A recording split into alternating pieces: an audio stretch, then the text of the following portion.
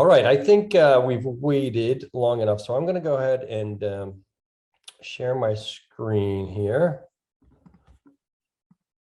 so everyone knows they're in the right place, essentially. And I'll kick this off. So to those of you who are online, thank you for taking some time out of your day to join us, to having a conversation about the planning process. And what does that look like? My name is Jim Williams. I am the CMO at Brandmaker. For those of you who don't know Brandmaker, not shockingly, we're in the business of helping marketers plan, budget, execute, and measure marketing. We sell marketing operations software to enable that. And I am delighted to be joined today by three practitioners from a variety of different companies that I consider to be at least seasoned, if not experts, in the planning process. And why is that important to me? Because as a marketer, I was never taught how to do planning, strategic planning, campaign planning. It just wasn't something that was conveyed to me. It's something I had to kind of learn as you go, kind of fake it till you make it. And it's still one of, I think, the trickiest things for a marketing leader to figure out. Because if you get it wrong, many things suffer down the line, right? It's got this cascading series of consequences if you don't do your planning right. And if you get it right, you can have a really well-aligned team, which is key to hitting your targets. So I am going to run a webinar just like every other webinar you've all been on. Everyone has been on a webinar. I don't have to tell you about all of the fanciness, how it works. Ask questions using the Q&A tool instead of chat, although we will be looking at chat. And if the opportunity arises and you have a really smart question for our esteemed panel of participants here, then we'll fire it into the discussion. Otherwise, I just look forward to having a really nice freewheeling conversation with each of you. So instead of me introducing you, why don't I just turn it over to each of you? I'll just ask you to share your role at your organization and what does the planning environment look like in that organization. And then we'll get kicked off, and we'll just go left to right here. Cherie, start with you. Awesome. Thank you for that introduction, Jim, and excited to be here. I'm the Vice President of Strategy and Research at On24, and my role in the planning process is probably chief cat herder, I would say, in a lot of ways. We operate in an office of the CMO model right now, so we have 6 marketing VPs. And as a former analyst at Forrester and Serious Decisions, I crave and like to create structure. So I've set up the structure for a planning process, and then it's a team effort in the execution of it. That's great. Very interesting. I want to come back to that office of the CMO. I'm really curious about that.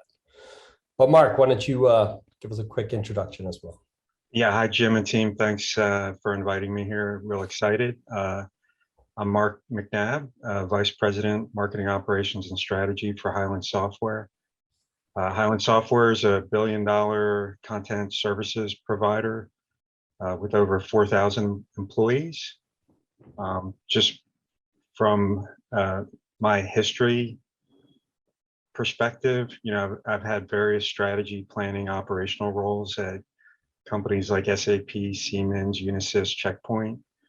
And just regarding planning, I do look at planning and with marketing in a typical corporate strategic planning process. We do have a corporate strategy organization, Jim, that really develops our company strategy and priorities.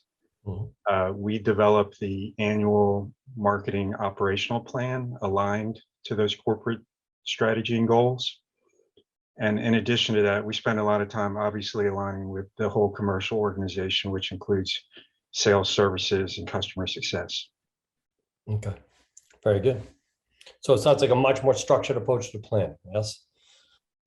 It's similar to what I've seen in a lot of B2B software companies. It's always a little bit unique and different, and mm-hmm. who's doing what. And I do think how we take planning and marketing is pretty similar to how I think the industry is going from a software perspective. Very good. Very good. Okay, which brings us to Sean, last but certainly not least. Tell us a little bit about yourself. Thanks, Jim. So I'm Sean Hiss. I'm the Vice President of Go-to-Market Operations, Strategy and Planning as well. I think one of the differences, I'm at a smaller company. We're in a hyper growth phase here. I had the opportunity to kind of hand build my job, knew a couple of the executives before I came over, and I was very purposeful of Jim setting it up as go-to-market operations, because I believe firmly that our tying to our strategy, our corporate strategy, it's really important that we have a unified plan of not just the marketing side, but sales and customer success as well. And so I run, we plan all those functions, but I also run an Uber planning process to make sure that the sum of the parts of all three of those functions come together into a larger plan that aligns to the strategy. That's great. Why don't we then just continue the conversation with you, because you already started to get into what was the first question I was going to ask, which is, what does the planning process look like at your organization? And just a little bit of color commentary, maybe, has it changed? How has it changed in the last couple of years? Because it seems like everything else has changed. Yeah, so last couple of years, hard to say, right? I think we've actually, we're a newish company. We've been selling for about 3.5 years. I've been here 6 months. Yeah. Just to paint a picture, when I first started here, we had 3 marketers globally and 5 salespeople. Now in 6 months, we have 12 marketers, 21 selling teams, and looking to double all of that again in the next 6 months. So really on a kind of a hyper growth trajectory. And I think the difference, Jim, is when I came here, we were so small, like, I don't want to say it didn't matter, but there was just a lot of ad hoc going on. We were small enough, you could talk to the person next to you. There was alignment just through the sheer size, if that makes sense. And so coming in, though, knowing how we were going to grow, it was really important to me. And Sherry, you mentioned this. I'm also I think a lot of us are this way, right? Like a process person. I want things to make sense and be aligned. And so part of what I kind of pitched myself coming in on was, hey, I want to build a structure that will not just support the business of today, but we can actually plan for what our company needs to look like 6 months from now, 12 months from now, 18 months from now, and 24 months from now, and try to get ahead of all of this hiring and growth that we're doing. All right, put the ground infrastructure in place for growth and scale, et cetera. That's right. That's good. Just one other question, follow-up. Did you find you're new? You've been there 6 months. Company's obviously growing really quickly. Did you quickly find yourself to be the resident planning expert, or were there a bunch of other people that had real defined notions of what planning is? I'm sorry, Jim, was that directed to me? Yeah, just you. It sounds like, because you said you have this kind of Uber planning. Yeah, I'm trying not to have a smart ass answer, but my smart ass answer is, I think there are a lot of people who thought they had a good handle on planning.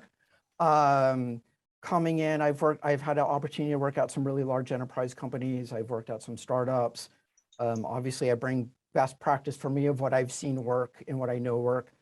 I think I quickly won over the team in terms of approach and process. And the key is having people understand why there's a process, why there's a template. Nobody likes templates, but why we're trying to formalize things and codify so we can do kind of more of these Uber roll-ups. And as soon as I started to show the value of that, the team quickly got on board. Yeah. So I'd say I've been building it as we go, but with a lot of active cheering, people getting on board pretty quickly, seeing the benefits of doing it that way. Great. Good. Well, congratulations. Sounds like a good start. Good 6 month start there. Thank you. Mark, I think of kind of your experience, the organization you're in, as very much the opposite of that, right? It's you come from a planning background. You actually started in finance. You're in part of a planning and strategy group that runs all this. Tell us a little bit. What is it like at Highland? How do you do planning there? Yeah, so Jim, I've always come from that like classical strategic planning background, and I've worked for a lot of different technology organizations. At the end of the day, strategy and planning from a process standpoint, maybe who's doing what is different. The way I personally view it at Highland today, so we have about 170 marketers. So I'll talk a little bit about marketing and how it fits within the corporation. We have about 170 marketers. We do run an integrated planning process within marketing and across the whole organization. And And Jim, I think I told you this a little earlier when we were talking, I really view planning from three levels for us, right? The first level, and I'm talking about marketing now, is really where we think marketing as a discipline is going. So we do develop a 3-year strategy that feeds our annual marketing operational plan. So we look at a lot of the trends around best practices in marketing, from the analyst firms, the IDCs, the Forresters. We also look at a lot of the CMO surveys, and we collect all that data, and we kind of develop our own research on, really where we think the market is changing. I'll give you one example. Digital was way down on the list 3 years ago before the pandemic. It was always important, but it was kind of like table stakes and no one talked about it. And now you see like digital is in the top 3, digital, right? That's really changed the strategy of marketing and really thrusted things forward. So we do look at things from a longer term perspective. Then from an annual planning standpoint, we do develop an annual marketing plan or an operational plan aligned to the corporation. As part of that, and Sean talked a little bit about it in his current role, we do develop our marketing go-to-market by audience. So we have these like plan areas that are most part by industry or some audience like the IT audience.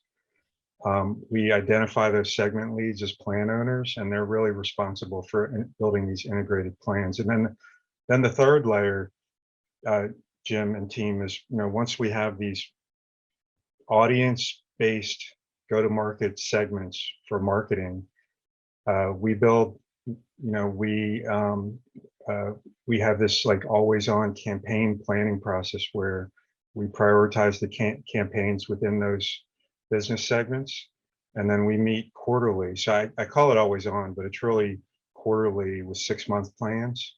So we have the high level 3-year strategy, we have the operational plan, and then we try and run the campaign planning always on every 6 months, updated, constantly trying to adjust and optimize based on the things we're seeing in market or performance of the company.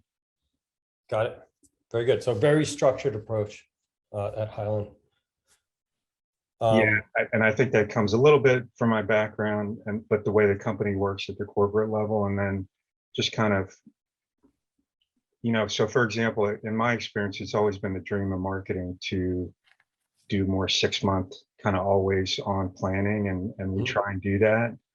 And what they would do, Jim, is they try and change, like we can't do this annual planning, but the reality is companies do annual planning. Like you can't really change that. What you can do is build your kind of always on the fly campaign planning within that.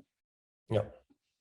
Yep. Very interesting. I'm going to come back to that because that always on continuous planning, that obviously is on the minds of a big chunk of our audience. It seems like we're constantly changing. But let me first go to Cherie, and love to hear. I'm familiar with your background. Obviously, you spent some time as an analyst in Serious Decisions, later Forrester or whatever. So you got the expertise view, and now you're bringing that to your role at On24. Tell us about the planning process there. Yeah, so the planning process has been a journey for us. So I joined On24 in March of 2020, a time that probably resonates with everyone here. And before I joined, the team had set up an annual plan. There was a big campaign. Everyone felt really good about it. And I mean, the second week that I was at the company, it went straight out the window. And I don't know that a planning process on earth could have prepared the On24 team for not only the growth, but how marketing had to support the organization in a really different way, where our install base was coming to us and saying, we need to shift everything digital. And then we had new companies coming to us saying, we just need it now. All events are canceled. We have to turn digital.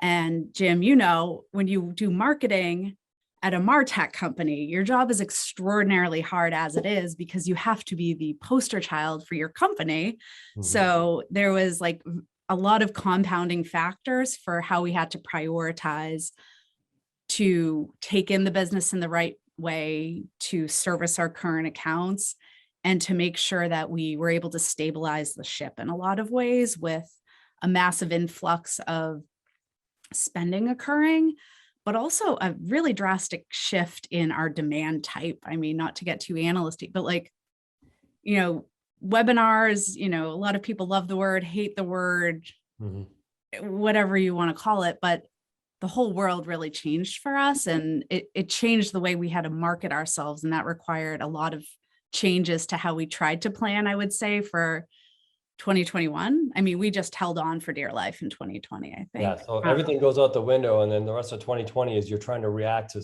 things that are changing so quickly in your customer base and with your product delivery and everything else.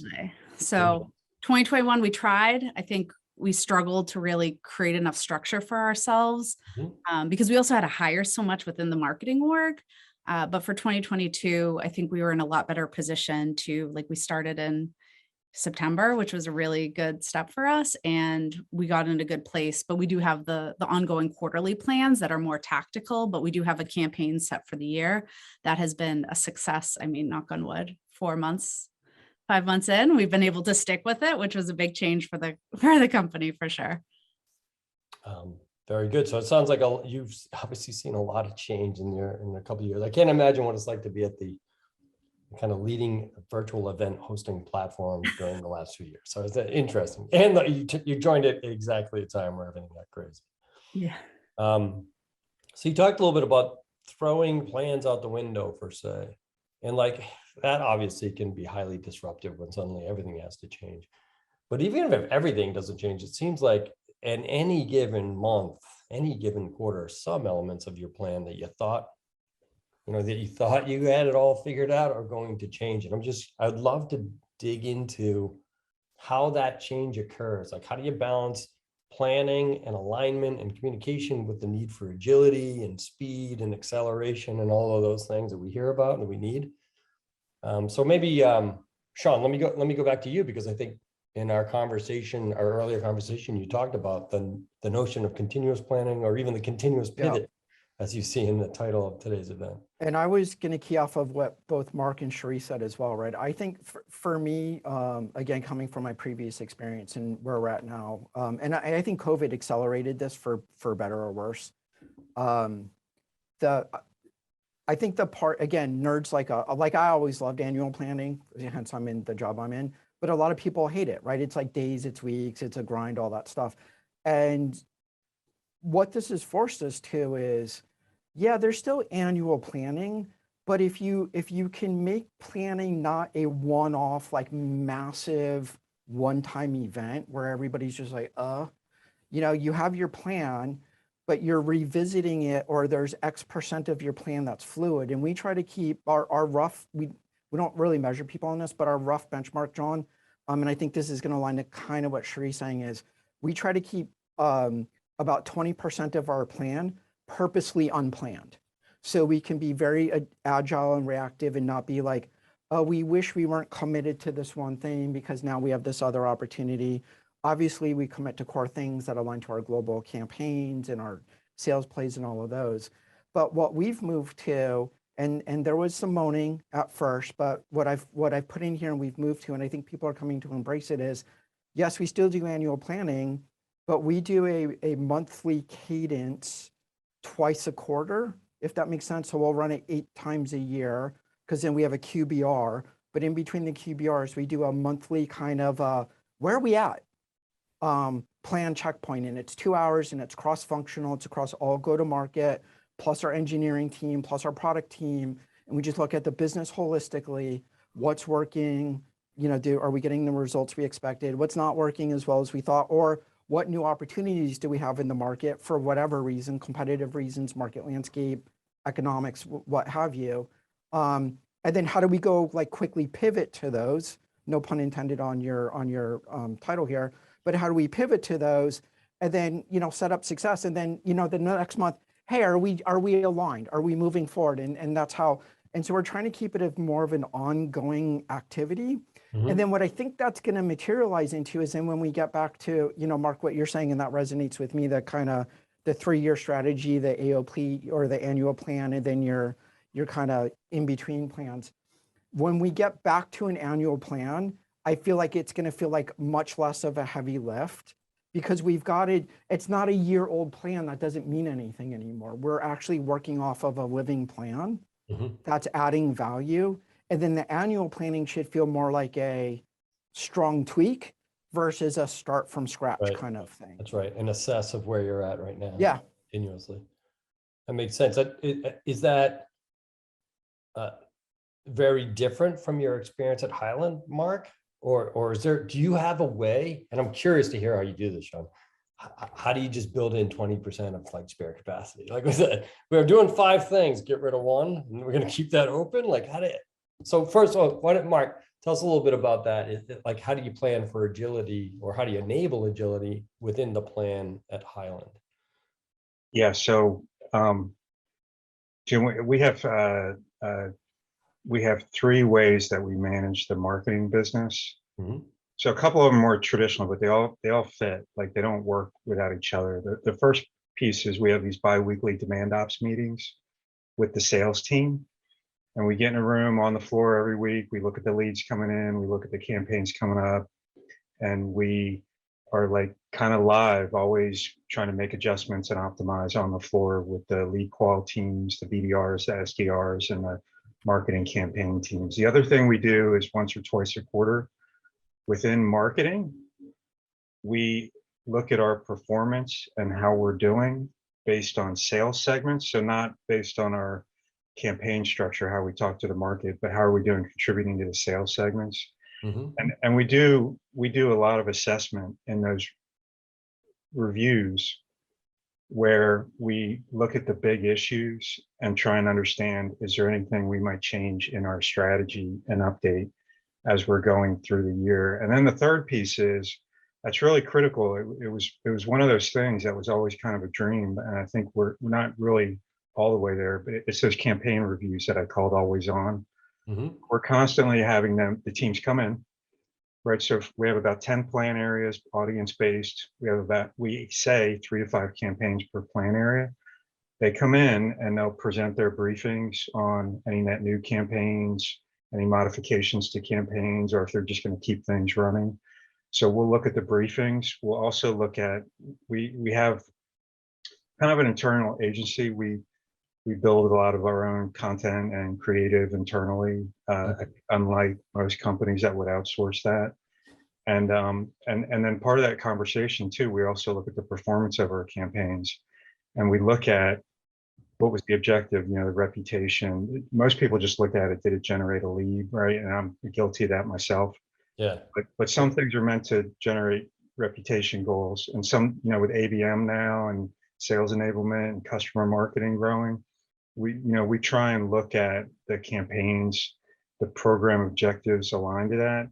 So we take, Jim, all of these reviews going on, and we're learning when we're talking with sales, when we're talking about big strategic issues with marketing, and then on a quarter, we're looking at the campaigns and how they're running, and we're just constantly trying to optimize. Jim and Cherie and Sean, I'll tell you a funny story. When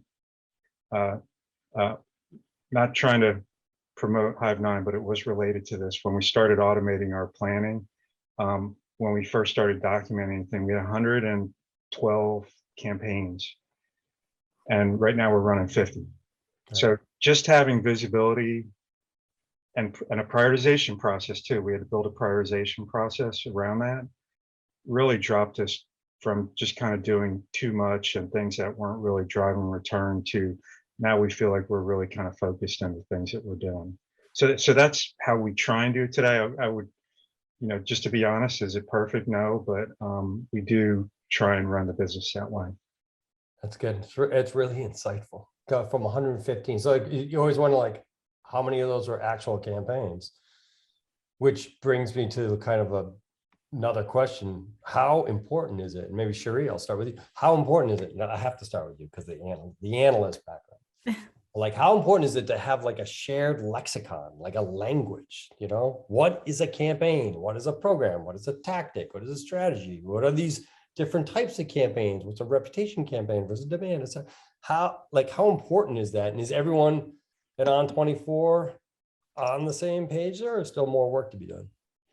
So within the marketing org, I think I've beat into everyone's head that it's important. And so it wasn't me alone, of course, like the office of the CMO agreed on what the taxonomy was. I think we pretty clearly followed like the On24 approach, or excuse me, the serious decisions approach about like the campaign, like a company our size, we have one campaign for the year and we have lots of programs that feed into it. And then we have an out of campaign event, which is our large user conference that we do. So we have accepted and bought into that. I mean, of course, when we're dealing with sales, they're not always like fully ingrained with understanding. They won't always use our words, but we're able to convey what the meanings are. But I think that's, you know, like Mark was talking about those biweekly meetings that he has with sales teams.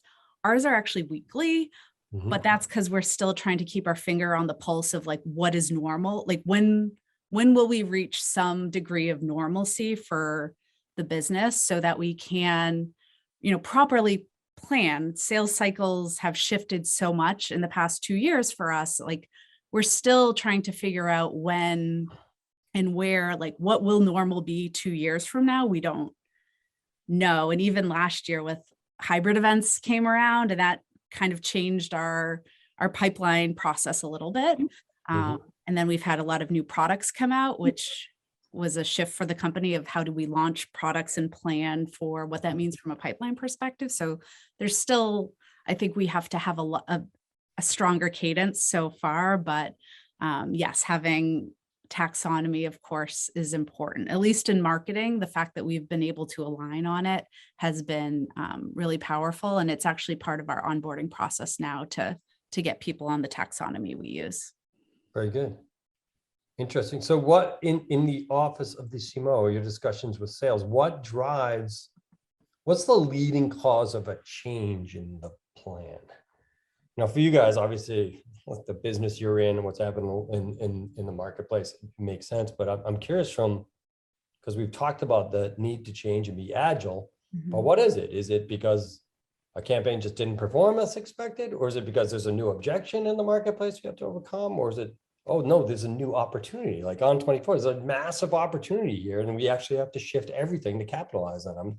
I'm just curious about what's the need for continuous planning? What drives that?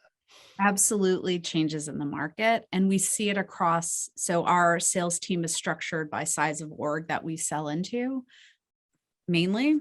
And that's really the changes. So we see very different behavior, or we're starting to evolve and see different behavior for new and retaining clients of a smaller size versus larger size versus companies that have a shared service model for events and things like that. So the changes really come from the outside. I would say the smaller organizations seem to change quicker and have more of a knee-jerk reaction to trends in event marketing. Yeah, very good. How about you on your side, Sean? You have that 20% of capacity. When you decide you need to tap into the old oil reserves, like Yeah, when you're asking the question to Sherry, I'm like, yes. It was for us, it was each of those things. yeah, And again, the way we're a hyper growth company. I mean, I think you can intuit that just based upon the marketing growth, the sales team growth, and our continued growth, which is really fun. It feels like Lord of the Flies sometimes, but it's really fun place to be. And we get to kind of build it as we go. For us, it's probably more opportunistic than anything else, right? Just the way that we're growing and the things that show up. And a lot of what we do, Jim, to be honest with you, is kind of a capacity play, meaning I have finite resources, right? We're a smaller company. And I don't just mean budget, I mean like people and to be able to get stuff done. And so we have to be thoughtful of, we can't chase every opportunity, every cool thing. And there's unfortunately a lot of awesome stuff we do have to turn down. Yep.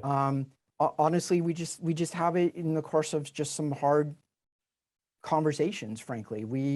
The way we plan, and I'll be more specific to marketing, is we do about 50% of our allotment, Jim, around what I would call more the like brand awareness and demand things. Now we have functions that are, demand gen is a demand function, therefore they're more like 100%, but that's roughly our Yeah. dial when I work with our marketing leadership. We do 10% of innovation, which is trying to give a safe environment. Go try something new. It might work, it might not. That's okay. Like, it's kind of a calculated risk environment we try to set up with that to figure out. We strive for about 20% of run the business, just your lights on, right? Like, what does it cost to run your website, to keep things going, and pay for our webinar platform, you know, all of these kinds of things that we do. And then we keep the remaining 20% as agile. And so normally when we do a plan, Jim, and I actually just keep that money back. I just hold it back. And so everybody will come up with their plan. We'll piece it together. We'll kind of look at how are we on the dials, ask some hard questions. And then it's a little bit of like best idea wins for the rest of that kind of agile funding. That's been our approach so far. That's great. Do a lot of those experiments become a standard operating procedure? Like, do a lot of them mature into what you would consider to be an always on, or it's just part of what we do? Yeah, I'm gonna take your opportunity to define a lot. I think a lot. Yeah, I'd say it's probably about half. Oh, that's pretty good. Yeah. So yeah, if you're using a baseball analogy, right? If you're trying to hit a home run and you're hitting half the balls out, I think anybody would take that all day long. And again, for me, it's just it's as much about like I said, the environment and challenging people to think differently, to have a growth mindset, to not just be like old school enterprise events. We have to have the biggest booth and the fancy dinner, and you know, there's a time and place for that. Again, it kind of depends on your goals, but how are you thinking for the digital buyer's journey, and just staying up with all the things that our marketplace affords us now through technology and best practice and all of that. Right. It's funny you say big booths and fancy dinners, because that's exactly what's on my mind right now. No, and again, I'm not like there is a time and place for that, right? But Yeah, I think I believe that the marketing as an industry, we're getting a bit more right-sized, of more of an integrated mix of how do you Sure. allow buyers to come in however they want to come in multiple ways. So we're at NAB right now, like probably spending more money than we should. So again, I'm not begrudging events. They have their time and place, but it's not just events anymore. Right. Especially as long as you're not viewed as that's what you do. Oh, it's the marketing team. They do the big trade shows. Totally. Yeah. I know we're at 12:34, so I forgot to do my paid placement, which I know Tao will be upset with me later. But if you're interested, you might have caught Mark's. He made the reference to our products before I did, so then he gave me permission. But if you're actually interested to see how we enable planning in a system of record through our solution set, right? We do planning, budgeting, execution, and measurement.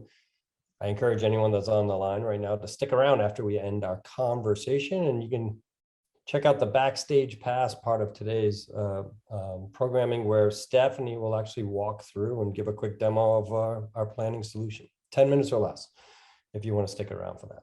No obligations. But why don't we move to kind of start to maybe to wrap this up at 12:35. I think there's a really good question here that, you know, I've loved the answers to, which is, you know, what would you give to advice? As I said, no, I didn't participate in a serious decisions training program.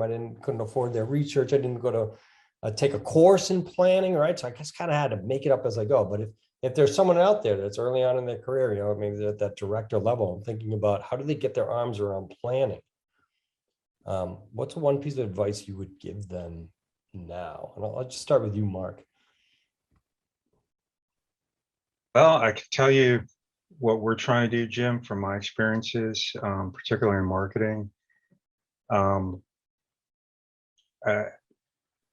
I know this to be real because in some of my jobs, when we'd acquire companies, I would audit their organizations. Even to this day, I would say most people in marketing still do planning in spreadsheets and Excel documents. And, you know, and from what I had seen in the industry was since about 2005, from a technology standpoint, marketing would invest in better event technology, email technology, digital technologies, but they'd never invest in the technologies to help them run better. Like sales had CRM, right? And I know lead management could be considered part of CRM, but they never really automated the plan, performance, manage the business, right? So it's really nothing to do with Hive9. You just got in my way, Jim. And I like the product, but like I was on a mission to automate planning and make marketing very efficient and effective. So, if you were going to ask me what would I share with everyone, I do think the future of marketing is to be better run, right? Not just have the great events and great tactics and great digital things. That's all critical too. But you need to run your business. You need to have better prioritized plans. You need to be able to understand the performance of them so you can optimize them. And it's so hard. I can tell you right now, like the old days where, oh, I need to know what this plan is. So you'd have to chase 10 people around, tell them to come in with their custom PowerPoint, right? That would sit in a deck somewhere.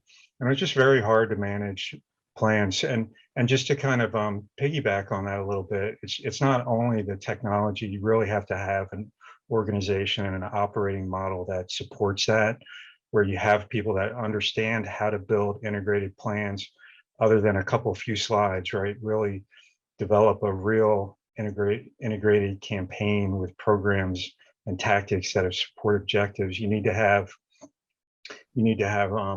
if you do it internally or externally, right, you need to understand how to manage those resources to create and develop content, assets, creative materials. And then you really need to kind of be able to coordinate that with all the execution teams that'll launch that campaign into market. So it's much more complicated than just the technology piece. It's really an operating model. It's a people, process, and technology thing. But my passion has really been to get out of these spreadsheets and automate marketing from a business standpoint. And that's the one thing I would tell people here. Very good. That's good. So think about it as a discipline, right? A whole framework, right? And I think that's a good piece of advice. And I like what you referenced. You're right. Like marketers have not hesitated to completely transform how they execute marketing through all of this MarTech. But when it comes to actually running marketing, still on PowerPoint and spreadsheets and Google Docs and Slack messages and everything else. Sherry, why don't you tell us a little bit about what you would give for advice? And I will be right back while you answer this question. Well, I'd first start by echoing what you said, which is the gap really is in the market and how marketers learn and take on information. Most marketers don't have a degree in marketing, never mind a degree in marketing planning. I mean, I am a French major and here we are today. So I think what's identified is a gap in the market of how we teach and train people. So too often people are doing really important tasks without a foundation under them. So, I mean, the biggest tip I would say is, especially, I guess this goes to Fred, I see the question you put in chat of like, how do you get buy-in for it? I would start with the problem that is most acute and then be able to build the plan out of that. Because if you can convince people that of a known challenge that they have, a known pain point, and you're like, let's just use planning to solve this one thing, it's a lot easier to get buy-in for the bigger, scarier parts of planning that people might be resistant to change. But if you apply planning to fix a certain area at first, I think it will be a lot easier to do that. But it's also acknowledging that, to Mark's point about how do you apply technology to this? It's usually it wasn't me who set up all the automations for this. Like I came up with the structure and convinced everyone to do it, but we have, we call her the queen of automation, and she can tune her mind to how the MarTech stack that we have can support us for a variety of things, from like planning and budgeting to things like birthday automation to make sure that we are recognizing the team on their anniversaries and their birthdays. So I think it's acknowledging that it's probably not one person who has all the solutions, but finding ways to tune people in the right way of the overall support for planning. Good, very good. So Sean, why don't you chime in? I'd love to hear what your advice is. Sure. I so completely align with Mark and Cherie for sure. I'd say building off that a little bit, two things. One, and I'll use the I statement, but I think this is going to resonate with a lot of people. I believe that as marketing, kind of strategy, planning, operations people, we are so used to doing more with less. And so one of the things I love what Mark said is we don't invest in ourselves, right? So we'll have a big budget or we'll do this planning process and it's okay, I'm understaffed, but I'll suck it up and I'll work Sunday night and I'll make it all work and so I think one is advocating for what we need and showing the value like Cherie said, and then advocating for here's how I can make not only myself more productive, but the whole organization more productive. That's a huge thing.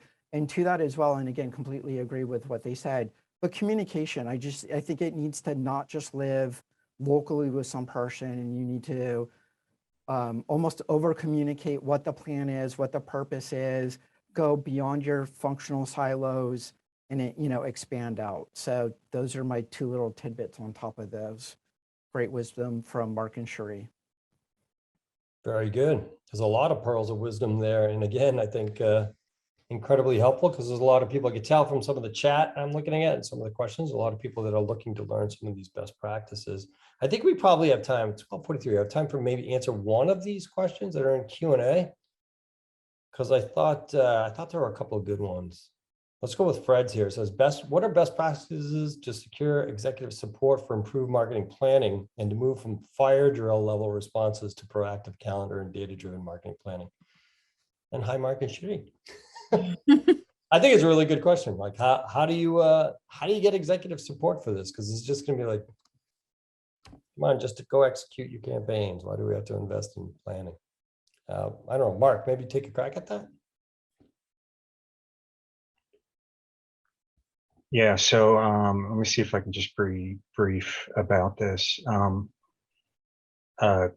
So I think from a marketing perspective, and Jim, we've talked about this a little bit in the past. If you were going to ask me what differentiates marketing in the future, it's the intelligence and insights that marketing can bring to the party. And Cherie, I have a little working with the Gartners and IDCs from a market planning perspective when I worked in corporate strategy groups. And I also have been in marketing for a while, kind of growing up in the database marketing. Like if I talk to somebody today, they don't even know what database marketing is. But it was a database with insights with your customer, and it was intelligence, right? Sounds kind of old, Mark. Yeah, exactly. So, between understanding those market insights and those historical competencies in marketing, really understanding what's going on with your customers on the fly. One of the things that we're doing, Jim, is we're building this, it's an industry term, it's called customer data platform, but it sounds techie, but it's really not. It's really about, so the way we're changing our business model, it's the biggest transformation thing, is we're developing this insight, right, that can, so the old days you build propensity model, had a team of analysts sitting in the back with like a black hole, and you didn't really know how they did it, but they built some kind of model that would tell you who to target. So we're building that database to where we can get insights up front, right? That would include the traditional kind of account analyst with metrics, firmographics, but then we're appending that with all of the web data and the external data from other sources.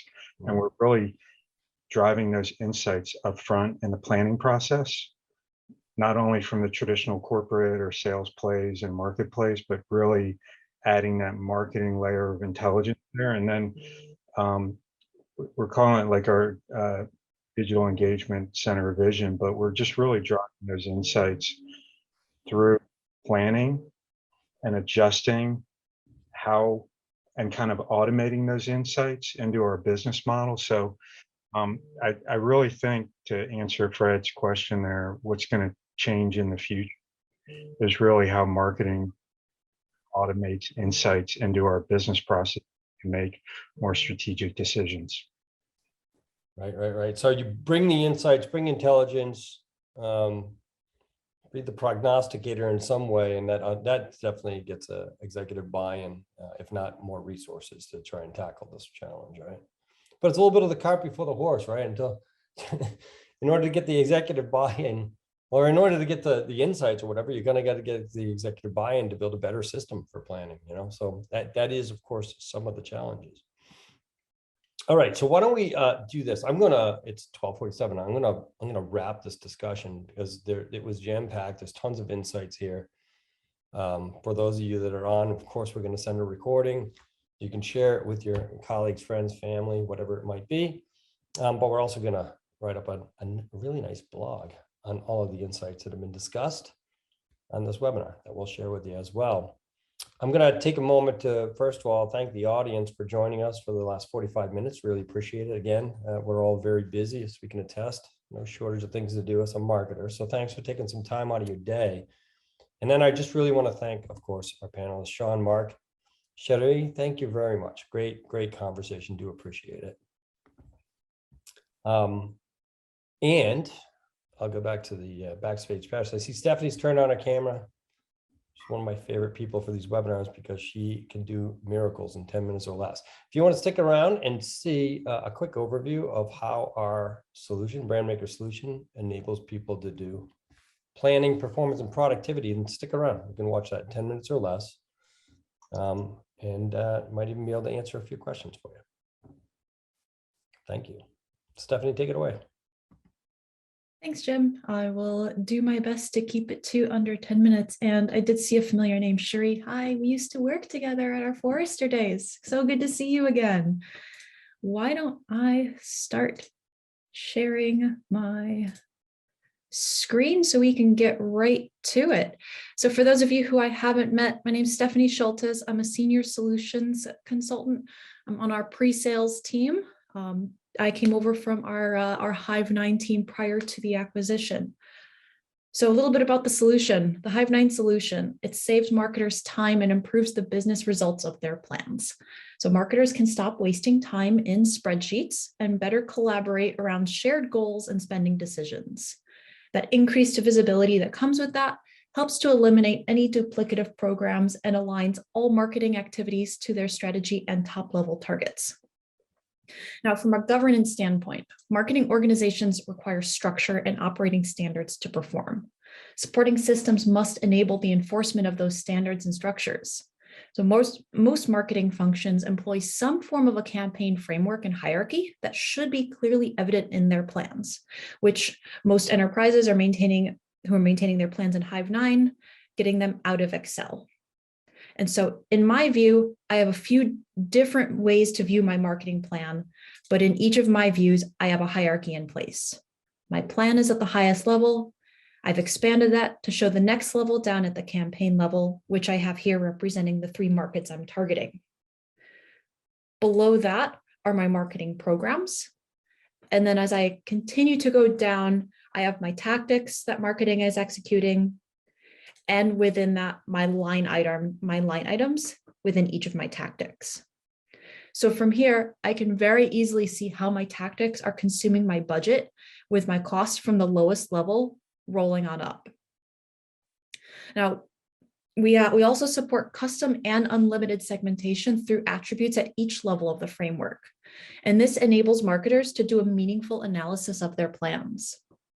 So from here, I could pivot my plan to view my planned costs through the lens of any attribute, say like my personas, industry, or tactic type, to name a few.